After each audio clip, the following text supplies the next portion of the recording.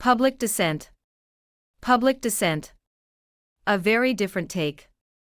A very different take. Termed. Termed. Worries about extremism. Worries about extremism. Stark contrast. Stark contrast. Okay, let's jump in. Welcome to the deep dive. We're looking at sources covering June 15th, 2025, and it's quite a day they describe. It really is. You have this huge military display, but then also widespread public dissent happening at the same time. Mm-hmm. And all this shattered by, well, a really tragic event the day before. So our mission today is to unpack these sources, see what they reveal about the state of the nation back then. Yeah, the contrast the sources lay out is pretty stark. You've got this celebration of national strength right alongside these deep societal frictions. Pulling it all together is, well, it's quite revealing. Absolutely. So let's start with Washington, D.C. The sources really detail this massive military parade on June 15th. Right. It wasn't just any parade. It marked 250 years of the U.S. Armed Forces, and it was also President Trump's 79th birthday.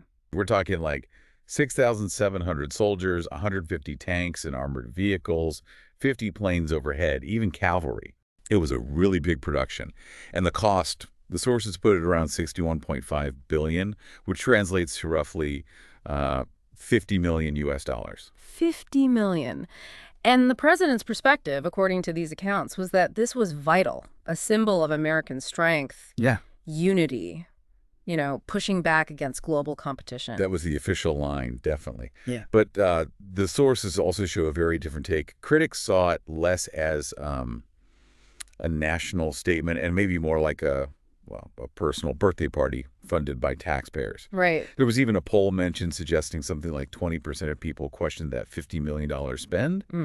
And, some reports also noted the equipment wasn't exactly new. Tanks apparently from the 1980s, Cold War era artillery, that kind of thing. So this immense display in D.C. But while that's happening, you have something completely different going on elsewhere. The sources spend a lot of time on the No Kings protests. Yes, happening simultaneously in cities like New York, Chicago, Denver, Atlanta.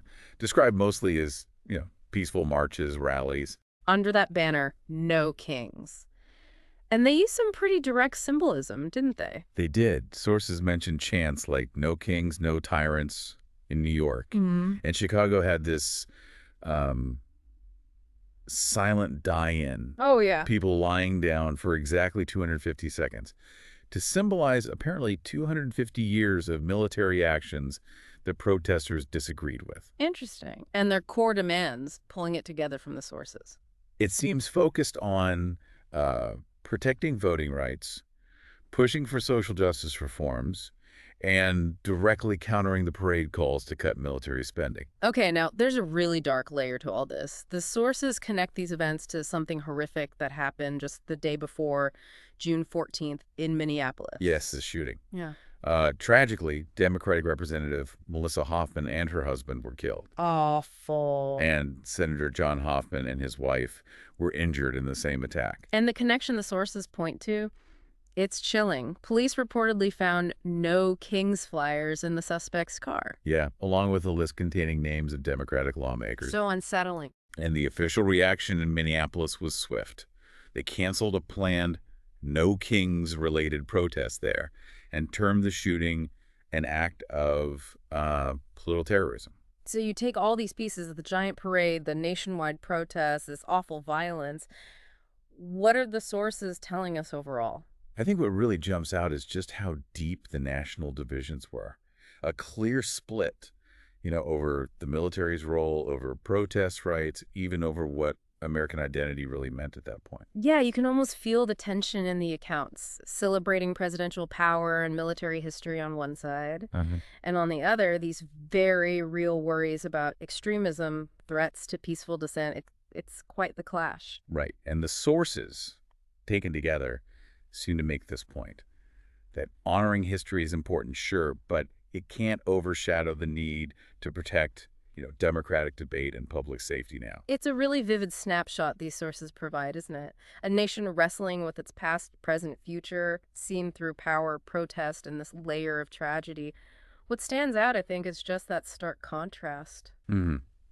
The complex interplay between national symbols and the very diverse voices of the people. It's definitely a lot to take in. It is.